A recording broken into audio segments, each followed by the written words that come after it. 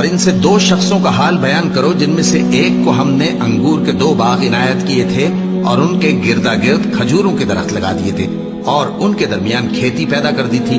دونوں باغ کثرت سے پھل لاتے اور اس کی پیداوار میں کسی طرح کی کمی نہ ہوتی اور دونوں میں ہم نے ایک نہر بھی جاری کر رکھی تھی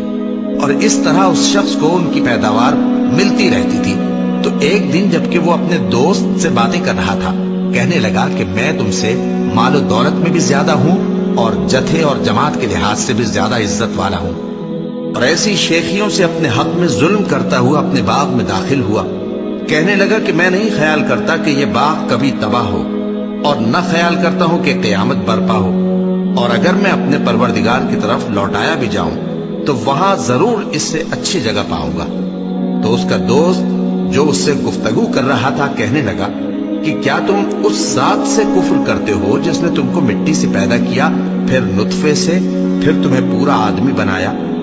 مگر میں تو یہ کہتا ہوں کہ اللہ ہی میرا پروردگار ہے اور میں اپنے پروردگار کے ساتھ کسی کو شریک نہیں کرتا. اور جب تم اپنے باغ میں داخل ہوئے تو تم نے ما شاء اللہ لا قوت الا باللہ کیوں نہ کہا؟ اگر تم مجھے مال و اولاد میں اپنے سے کمتر دیکھتے ہو تو عجب نہیں کہ میرا پروردگار مجھے تمہارے باغ سے بہتر عطا فرمائے اور تمہارے اس باغ پر آسمان سے آفت بھیج دے تو وہ صاف میدان ہو جائے، یا اس باغ کی نہر کا پانی گہرائی میں اتر جائے تو پھر تم اسے تلاش نہ کر سکو، اور اس کے میووں کو عذاب نے آ گھیرا اور وہ اپنی چھتریوں پر گر کر رہ گیا. تو جو مال اس نے اس پر خرچ کیا تھا اس پر حسرت سے ہاتھ ملنے لگا اور کہنے لگا کہ کاش میں اپنے پروردگار کے ساتھ کسی کو شریک نہ بناتا. اس وقت اللہ کے سوا کوئی جماعت اس کی مددگار نہ ہوئی اور نہ وہ بدلہ لے سکا. یہاں سے ثابت ہوا کہ حکومت سب اللہ کی ہے، جو معبود برحق ہے وہی بہترین ثواب عطا کرنے والا اور بہترین انجام لانے والا ہے.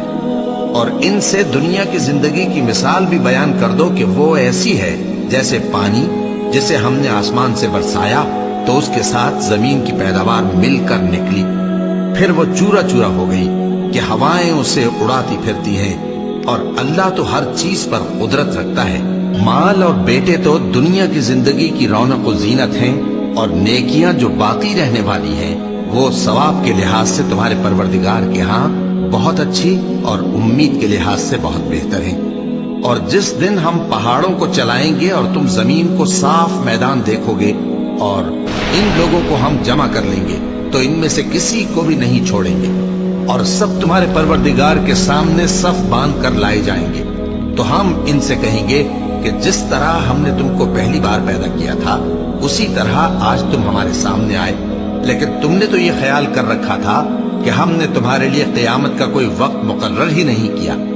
اور اعمال کی کتاب کھول کر رکھی جائے گی تو تم گناہگاروں کو دیکھو گے کہ جو کچھ اس میں لکھا ہوگا اس سے ڈر رہے ہوں گے اور کہیں گے ہائے شامت، یہ کیسی کتاب ہے کہ نہ چھوٹی بات کو چھوڑتی ہے نہ بڑی کو، کوئی بات بھی نہیں مگر اسے لکھ رکھا ہے. اور جو عمل کیے ہوں گے سب کو حاضر پائیں گے، اور تمہارا پروردگار کسی پر ظلم نہیں کرے گا.